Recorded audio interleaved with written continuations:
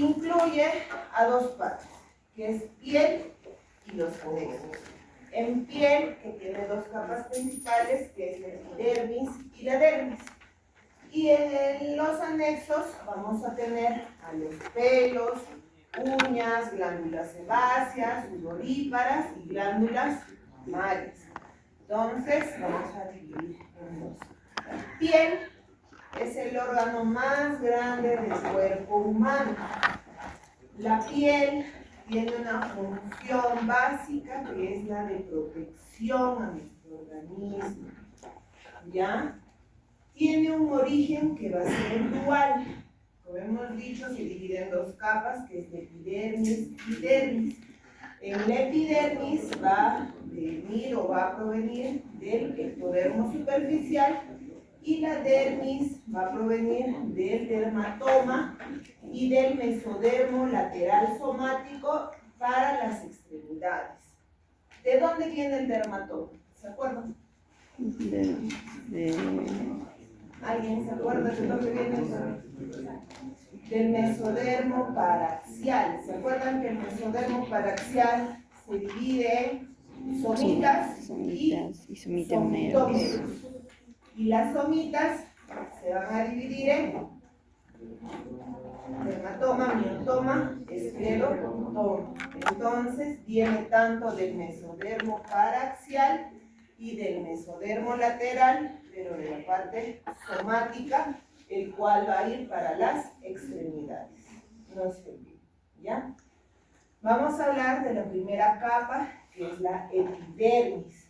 Al inicio, en la etapa embrionaria, este va a estar cubierto por una sola capa de células, que van a ser las células ectodérmicas.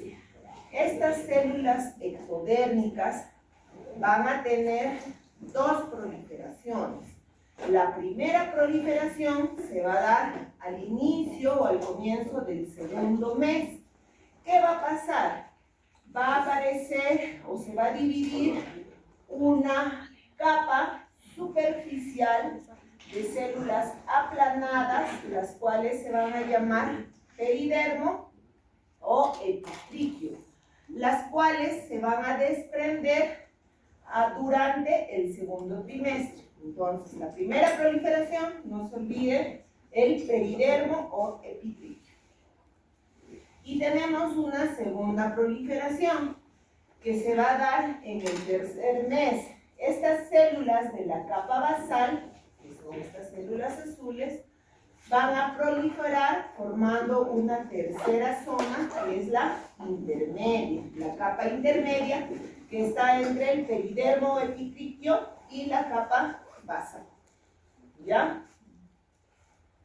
Vamos a ver que durante los primeros 3 meses del desarrollo, donde vamos a ver que aquí está ya la capa basal y el peritriquio o epitriquio, vamos a ver que en el mesénquima se van a ir invadiendo células que van a provenir de la cresta neural.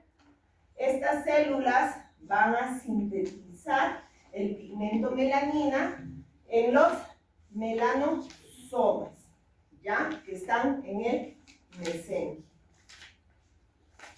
Vamos a ver que este ectodermo, como decimos, va a proliferar. En esta proliferación va a actuar una proteína, un gen, que es el P53, el cual hace que estas células proliferen o crezcan. ¿Ya? Pero esta no va a crecer pues de manera desproporcional o ya sin tener un fin. Va a tener alguien que va a inhibir, que va a ser otra proteína, que es el MIR203, que es un regulador que interrumpe la proliferación de células. Este va a inhibir a esta proteína P63. ¿Qué más hace este regulador? Va a hacer que el epidermis se divida en 4 capas. Las 4 capas son la capa córnea, que es la más superficial, capa granular, capa espinosa y la capa basal. ¿Qué función van a cumplir? Vamos a ver. Al final del cuarto mes, la epidermis va a adquirir su disposición definitiva y puede identificarse las 4 capas. Esto no se olviden que es al final del cuarto mes, donde ya estas capas van a estar bien diferenciadas. La más profunda es la capa basal o la capa germinativa, que va a ser la responsable de la producción de células nuevas. Esta capa va a formar crestas y surcos que se va a apreciar en la superficie de la piel. ¿De dónde? De las huellas digitales. Entonces, ¿dónde se forman las huellas digitales? En la capa basal, no se olviden. Esta capa basal, como dice ahí, va a proliferar nuevas células, entonces esta tiene la función o la propiedad de mitosis, ¿ya? Esta va a ser la capa mitótica, esta capa basal. ¿Ya? La otra capa es la capa espinosa, que va a estar constituida por células poliédricas grandes que contienen tonofibrillas delgadas. La otra capa es la capa granular, que contiene gránulos pequeños de queratohialina dentro de sus células. Y la capa más superficial es del estrato córneo, que es una superficie dura similar a las escamas de la epidermis, integrada por células muertas, que estas van a estar en aposición unidas, ¿ya? Y que contienen queratina. Son las escamas o la piel que se desprende. ¿Ya? Vamos a ver la otra capa, que es la dermis. ¿De dónde deriva? Ya hemos dicho, va a derivar del mesodermo, de la placa lateral, que va a cubrir la dermis. ¿De dónde? De las extremidades y pared corporal. Del mesodermo paraxial, que va a cubrir la dermis de la espalda. Y de la cresta neural en cara y cuello. ¿Ya? Vamos a ver acá que tenemos una capa ectodérmica, ¿cierto? Que abajo tenemos el mesénquima. ¿Qué hay en este mesénquima? Vamos a encontrar a las células mesenquimatosas. ¿Que de dónde van a provenir estas células mesenquimatosas? De las células con dermo 1, que también es otra proteína que va a ayudar a la formación de tejido. ¿De dónde provienen estas células con dermo 1? De las células del dermatoma, ¿ya? Y su matriz que vamos a tener entre estas células mesenquimatosas va a ser una matriz intercelular acuosa con glucógeno y ácido hialurónico. ¿Ya? Ahora, al tercer mes, hemos visto que ya estas células van a ir proliferando, ¿cierto? Ya proliferan. Y estas células mesenquimatosas también van a cambiar. ¿A qué cambian? A fibroblastos. Y su matriz intercelular va a cambiar. Ya no va a ser acuosa, sino va a ser fibrosa, que va a contener fibras elásticas y al colágeno, especialmente al tipo 1 y al tipo 3. Vamos a ver que durante el tercer a cuarto mes, esta dermis se va a dividir en 2 capas, una capa papilar y una capa reticular. La capa papilar es más superficial y la reticular la profunda. Esta papilar va a formar estructuras papilares irregulares que van a ser las papilas dérmicas, que se van a proyectar para penetrar en la epidermis. Está en contacto con la epidermis. Mayor parte de estas papilas cuentan con un capilar pequeño, terminaciones nerviosas sensibles o terminaciones nerviosas que van a ser libres. Y esta capa profunda va a estar formada por un tejido conjuntivo denso y irregular que van a estar compuesto por haces de colágeno grueso y algunas fibras elásticas. En algunas literaturas van a encontrar que en la capa papilar va a estar compuesto básicamente de fibras elásticas. Ya en la capa reticular tiene más colágeno grueso y solo algunas fibras elásticas gruesas. ¿Ya? Y en los espacios entre las fibras van a contener algunas células adiposas, folículos pilosos, nervios, glándulas sebáceas y glándulas sudoríparas. Ahora hemos hablado ya de la piel. Vamos a hablar de los anexos. ¿A qué semana empieza esta formación de los anexos? A la semana 12, ¿ya?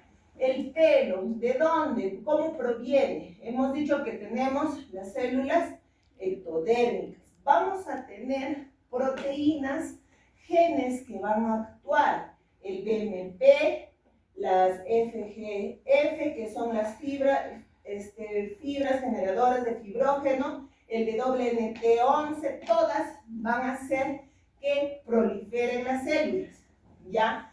¿Qué más hacen estos genes, estas proteínas? Hacen que estas células mesenquimatosas se acumulen debajo de estas células ectodérmicas.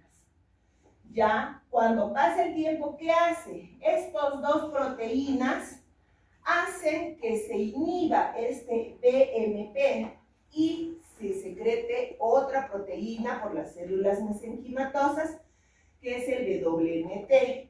Igual vemos que estas células siguen uniéndose. Ahora, acá van a seguir proliferando las células ectodérmicas. ¿Y qué pasa cuando proliferan? Van a formar lo que es la placoda epidérmica, que es una capa ya más gruesa. ¿Qué hace esta placoda epidérmica y estas células mesenquimatosas? Van a producir otra proteína, que es la SHH. Ya, esta proteína que hace igual, sigue proliferando y también se invagina la placa o la placola epidérmica.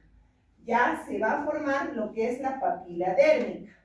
Esta proteína va a hacer que se secrete la ciclina D1 por las células mesenquimatosas para invaginar más la placola epidérmica. ¿Para qué se invagina esta placola? Para que pueda atravesar el mesénquima y formar el germen o la yema del pelo. Y estas células mesenquimatosas van a formar lo que es la papila dérmica. ¿Ya? Vamos a ver, hemos dicho que en la semana 12 empieza su formación el pelo, va a iniciar su desarrollo como una proliferación epidérmica sólida que surge de la capa germinativa y va a penetrar en la dermis subyacente. Se forma de la epidermis una invaginación que forma la yema del pelo. Y en sus extremos distales las yemas pilosas se invaginan, que acá se ve más claramente, ¿no? En todas estas imágenes.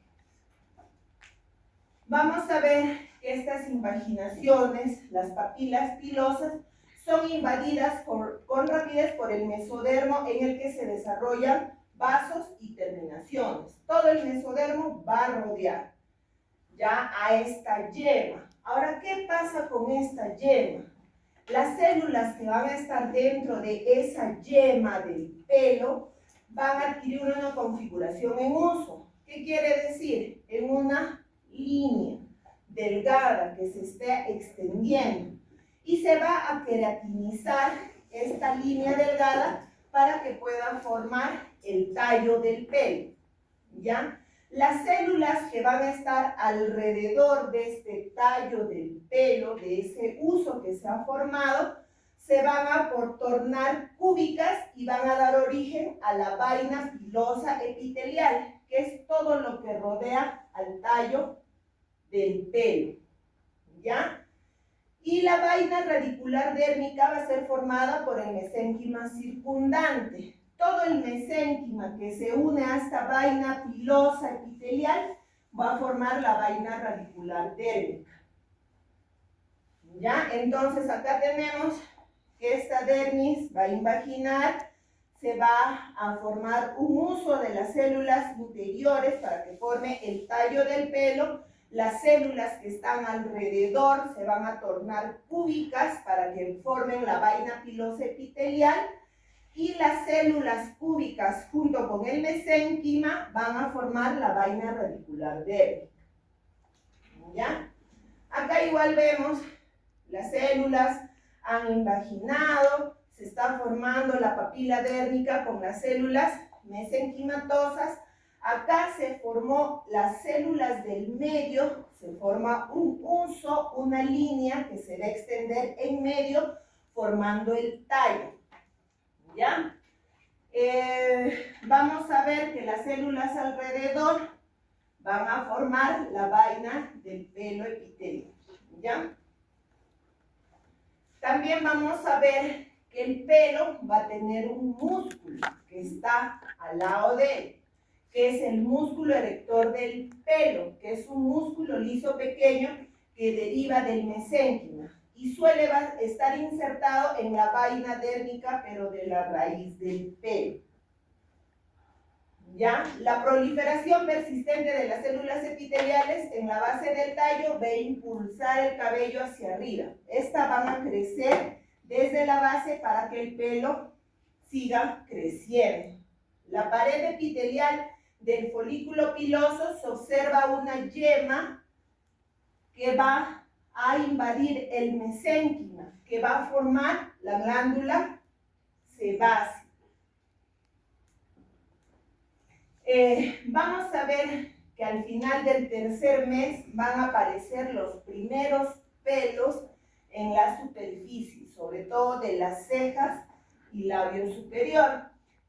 El lanugo, los bebés, si han visto alguna vez algún bebé recién nacido, se van a dar cuenta que ellos son como monitos, que tienen bastante pelo, toda la cara. Son pelitos finos, delgados, que a medida que pasa el tiempo estos caen. Ese pelito fino se llama lanugo. ¿Quiénes tienen más lanugo? Los prematuros. Los que son más prematuros son los que tienen más lanugo. Casi pueden observar acá este bebito, tienen toda la frente, casi las cejas, las mejillas, tiene bastante. ¿Ya? Esto, como le dije, se va a perder los pocos días de que nace y va a ser sustituido por un pelo más grueso proveniente de los folículos pilosos nuevos. Otro anexo que tenemos es las uñas. ¿Ya? ¿Cuándo empieza su formación? Al final del tercer mes va a aparecer en la punta de los dedos un engrosamiento del epidermis, que va a ser los campos unguiales. A partir de este sitio, estos campos van a migrar hacia la cara dorsal de cada dedo y crecen en dirección proximal a partir de la raíz unguial. ¿Ya? La proliferación de este tejido que circunda cada campo unguial crea una depresión superficial para cada uña. A partir de la raíz unguial, la epidermis se diferencia para formar uñas, alcanzando la punta de los dedos al 9º mes. La pregunta es, ¿crece igual las uñas de las manos a las uñas de los pies? ¿Quién creen que crece primero? El de las manos. El de las manos te mencionan que ya pueden crecer y cubrir toda la parte o la capa unguial desde los 8 meses. Y de los pies a los 9 meses. Por eso hay algunos prematuritos que nacen con uñitas cortas, todavía no están cubiertas. ¿Ya? ¿Qué otro nexo tenemos? A las glándulas sebáceas. Hemos visto que estas células que han invaginado para formar el tallo, el pelo, han formado un aglomerado, han ido invadiendo parte del mesodermo, circundando, que este va a formar lo que es la glándula sebácea. ¿ya? Las células que van a estar dentro de esta glándula sebácea van a ir degenerando, se van a destruir y van a formar una sustancia similar a la grasa o al sebo que secreta hacia el folículo piloso y desde ahí llega a la piel. Si ustedes se han dado cuenta, cuando se sacan el pelo, la raíz, ¿cómo está? Cubierta con una grasita, ¿cierto? Algo que envuelve. Esa es la que forma la glándula sebácea. ¿Ya? Es por la invaginación de esta piel. Es junto con la formación del pelo se nos forma esta glándula sebácea. Ahora, ¿han visto a los recién nacidos, o bueno, cuando vayan al hospital a hacer prácticas, los bebitos nacen así, todos grasosos? ¿Qué es eso? Eso se llama vermis gaseoso o el punto sebáceo. ¿Ya? ¿Qué eso? ¿Cómo se forma y por qué se forma? Va a estar formado por células del peridermo descamadas. Hemos dicho que estas células del peridermo epitriquio se van a descamar, ¿cierto? Entonces, este vermis se forma de esas células, también con células del estrato córneo, que es la capa superficial, y secreciones de las glándulas sebáceas, de esta glándula, la secreción. Entonces, todo eso forma como una grasita que va a cubrir al bebé. ¿Y cuál es la función de esa grasa? Una de las principales es proteger la piel del líquido amniótico. Ustedes saben que el bebé dentro del útero materno vive en una bolsa rodeada de agua, que es el líquido amniótico. ¿Y el líquido amniótico qué contiene? Uno de sus compuestos, ¿cuál es? La orina del bebé, porque el bebé toma su líquido, orina ese líquido. Entonces, dentro de los compuestos del líquido amniótico hay orina. ¿Y la orina te daña o no te daña la piel? Te daña la piel, te puede lacerar la piel. Entonces, ¿cuál es la función de este unto sebáceo vermis gaseoso? Es proteger la piel del bebé para que no sea dañado por el líquido amniótico. Ahora, tiene otra función también este vermis gaseoso. Este vermis gaseoso no solo se forma así, como ven, fuera o sobre la piel, también se forma en el mediastino, glándulas suprarrenales, en el RN. ¿Y cuál es su función? Dar calor al bebé, ¿ya? Porque el bebé cuando nace, una de las cosas que hace es rápidamente cambiar la temperatura, baja. Entonces, este unto sebáceo también da calor a nuestro recién nacido. Otro anexo que produce o que tenemos son las glándulas sudoríparas. Tenemos dos tipos de glándulas, las glándulas ecrinas y las apocrinas. ¿Qué son las glándulas ecrinas? Van a formarse en la piel, en la mayor parte del cuerpo, a partir de las yemas derivadas de la capa germinativa de la epidermis. ¿Estas qué van a hacer? Van a crecer al igual que el pelo, al igual que hacia el interior, se van a invaginar. ¿Y qué hace tras esta invaginación? Va a formar en su extremo distal una curvatura que forma la parte secretora. Y la parte proximal que hace forma como un canal que va a salir hasta la epidermis.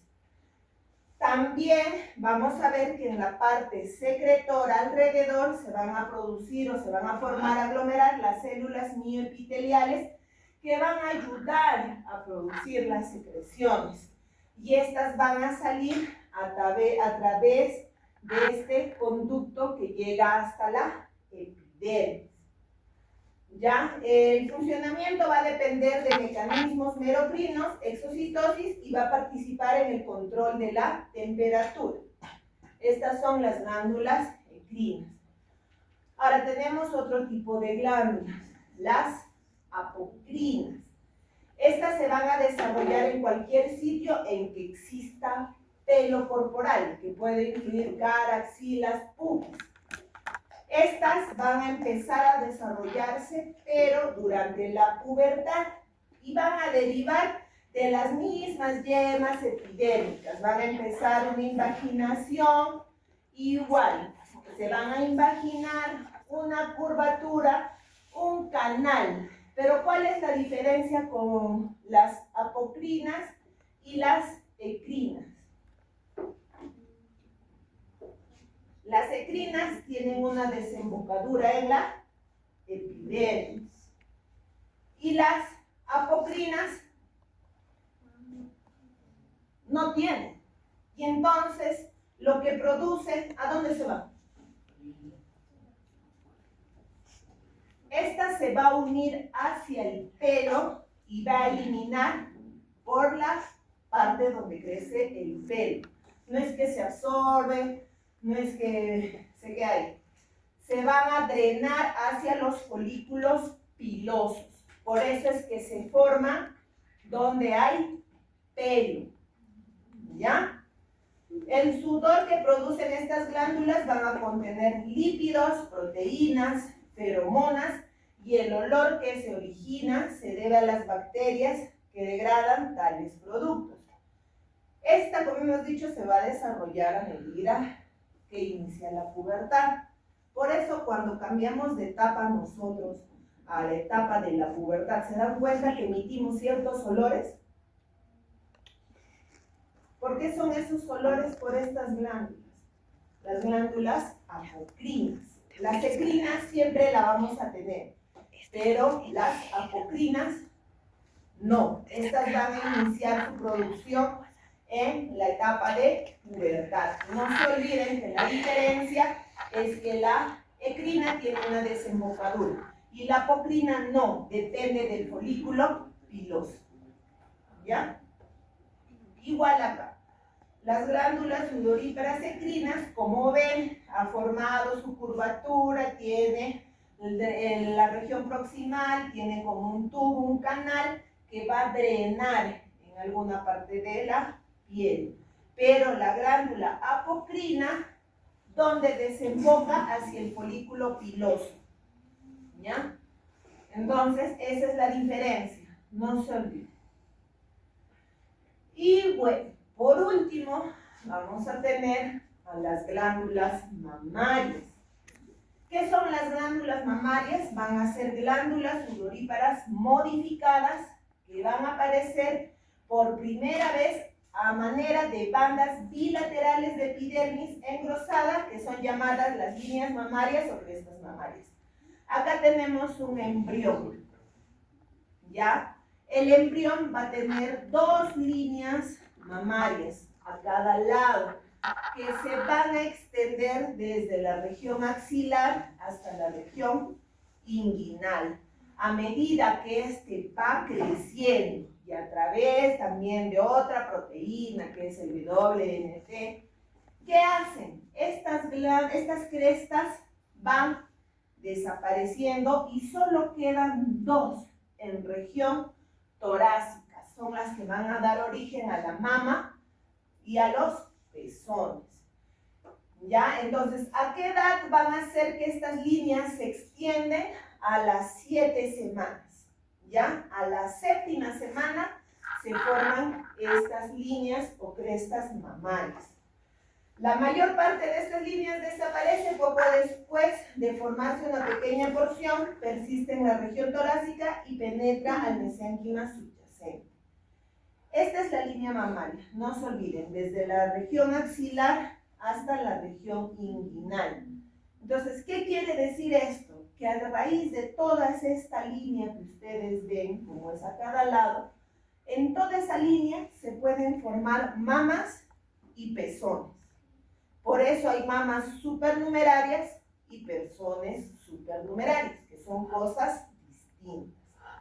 ¿Ya? ¿Qué vamos a ver? Se forma de 16 a 24 brotes que a su vez da origen a yemas pequeñas y sólidas.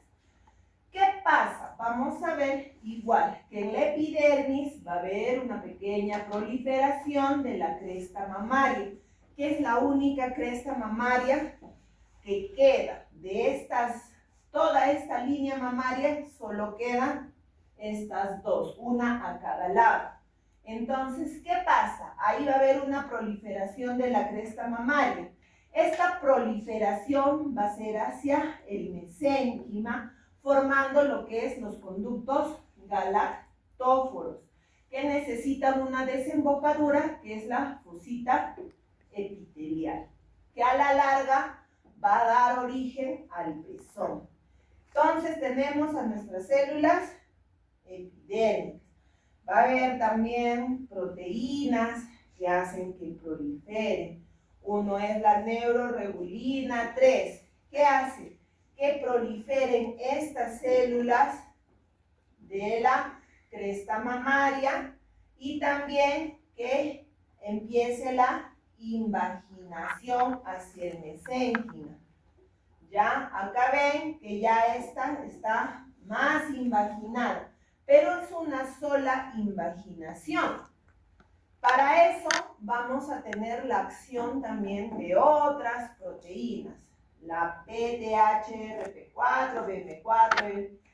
¿Qué hacen esas proteínas, esos genes? Van a hacer que esta invaginación no sea única, sino sean varias invaginaciones, formen como crestas o pliegues.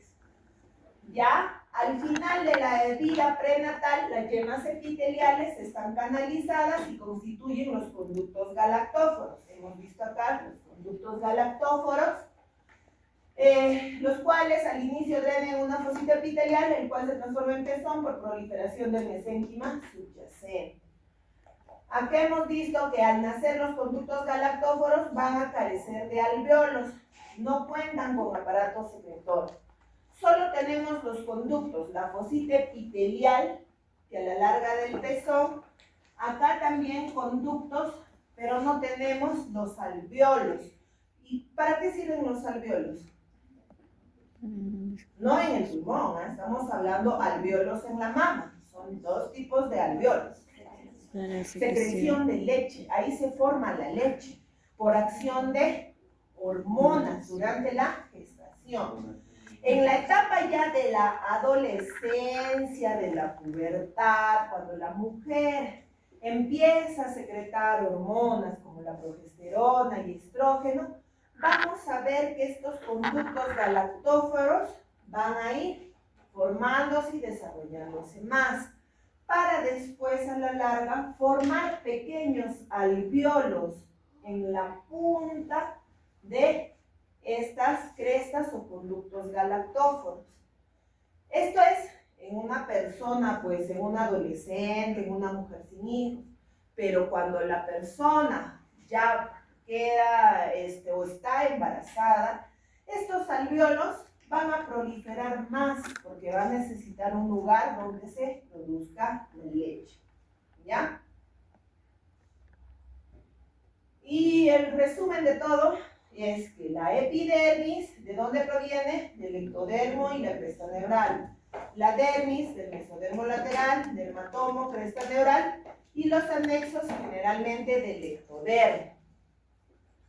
Y vamos a ver algunas correlaciones clínicas, casos de qué ocurre con estas cuando no hay una adecuada formación. Vamos a tener, por ejemplo, los trastornos pigmentarios. Por ejemplo, el albinismo. ¿Han visto esas personas? Creo que acá hay una sola persona que tiene albinismo, ¿no? Sí he visto uno. ¿Ya? Autosómico recesivo. Es de unos genes autosómicos recesivos. ¿A qué se debe? A un defecto en la producción de melanina que ocasiona poco o ningún color en la piel, cabello y ojos. Ustedes la ven, es una persona blanca. Blanca. El piebaldismo, ¿qué es? También es otra enfermedad autosómica dominante, pero ¿cuál es la característica de esta? Área de despigmentación por ausencia de melanocitos. Y estas son áreas fijas, no es en distintas partes, es un área específica. Vitiligo, esto deben de haber visto más. Sí. Es bastante frecuente. ¿Qué es? Una hipopigmentación en distintas partes del cuerpo. ¿Por qué se produce? Cuando se destruyen los melanocitos. Estas se destruyen, no hay melanina, que es el pigmento que da color a nuestra piel, y produce esto. Ahora, ¿cuál es la característica de esta? Esta que por un proceso de estrés puede hacer que haya mayor destrucción de melanocitos. Entonces, esto incrementa más. Puede iniciar con una pequeña mancha en la mano, pero si no controlas, esto va a aumentar. ¿Ya? Ahora, ¿qué más tenemos? Queratinización en la piel. ¿Qué es la ictiosis? Es la queratinización excesiva de la piel. Se va a transmitir por un patrón autosómico recesivo, también ligados al cromosoma X, y va a haber mutaciones en gen que codifica filabrina. ¿Cuál es su característica de esta ictiosis? Es un bebé o una persona que tiene una piel dura, acartonada, descamativa, ¿ya? Que sí nacen acá, hemos tenido bebés que han nacido para eso. Tratamiento, hidratar su piel nada más, ¿ya? Pero también hay otra forma más grave, que esta es una ictiosis vulgar, y este es otro tipo de ictiosis arlequín o feto arlequín, en la cual ustedes ven que la piel ya son capas súper más gruesas. ¿Qué forman? Pliegues que se laceran y dañan más. ¿Ya? Esa es la forma grave. El feto arlequín. ¿Es cierto que esas personas huelen mal? Tienen secreciones. Es una piel seca, acartonada. Se acumula el sudor, la secreción de las glándulas sebáceas, glándulas sudoríparas, todo se acumula. Más bacterias. Más bacterias, riesgos de infección. Por eso estas pieles necesitan bastante hidratación. ¿Ya? Otras anomalías de distribución del pelo. Tenemos la hipertricosis, que es pelo excesivo por una abundancia inusual de folículos pilosos. Puede limitarse a ciertas regiones o afectar todo el cuerpo. Hemos dicho que los bebés recién nacidos tienen un lanugo, ¿no? Como este. Que a medida que pasan los días van cayendo y quedan pues normal, ¿no? Pero hay bebés que no caen y quedan así y van creciendo y tienen más pelos por todos lados, ¿ya? ¿Dice afecta a todo el cuerpo o a parte del cuerpo? ¿Qué enfermedad es la que han visto, han tocado el tema conmigo? Hemos visto una patología en la cual hay un defecto del tubo neural, en la cual no es evidente, pero se ve una pequeña lesión con una hipertricosis alrededor. Espina bífida. En la espina bífida pueden ver una hipertricosis alrededor de esa lesión, ¿ya? O la atripia, que va a ser ausencia congénita del pelo. Suele vincularse con anomalías de otros derivados ectodérmicos como los dientes. También hay alteraciones de las uñas. Anonychia congénita, nacen sin uñas, que va a ser fallo en la formación de láminas unguiales por pliegues proximales. Sin uñas, ¿ya? También tenemos anomalías de las glándulas mamarias. Hemos dicho que hay dos crestas mamarias que se extienden desde la axila hasta la ingle. ¿Ya? Estas van a ir desapareciendo y solo quedan dos crestas, una a cada lado, que van a dar formación a la mama y al pezón. Pero ¿qué pasa si no desaparece toda la línea mamaria. Podemos tener los pezones supernumerarios o politelia. Por si acaso es politelia, solo es pezón, no es glándula mamaria, ¿ya? Entonces, esto es por fragmentos de la línea mamaria. Y acá, si ustedes ven, acá hay un pezón que está algo invertido y acá abajo hay un puntito negro alrededor, marrón. Este es otro pezón, ¿ya? Y hay personas que tienen varias, ¿ah? Acá, toda la cresta se puede tener. Hemos visto, como nosotros atendemos a los recién nacidos, hay varios recién nacidos que te salen así. Ahora, ¿cuál es otra patología? Esta es politelia, solo pezón. Tenemos a la polimastia. ¿Cuándo se presenta? Cuando un remanente de la línea mamaria se desarrolla para formar una mama completa. Ahí se va a formar toda la mama que hemos visto. Todo esto, todos los conductos galactóforos, la fosita, todo se forma. ¿Ya? Eso es la polimastia. Y también esa es la línea de la cresta mamaria. ¿Ya? Incluso hay personas que tienen aquí en la axila. Piensan que es grasa, pero tú evalúas y está bien formada. Es una mama que está ahí. Y lo otro, el pezón invertido. Los conductos galactóforos drenan en la fosita epitelial original que no logró su eversión. Hemos visto también...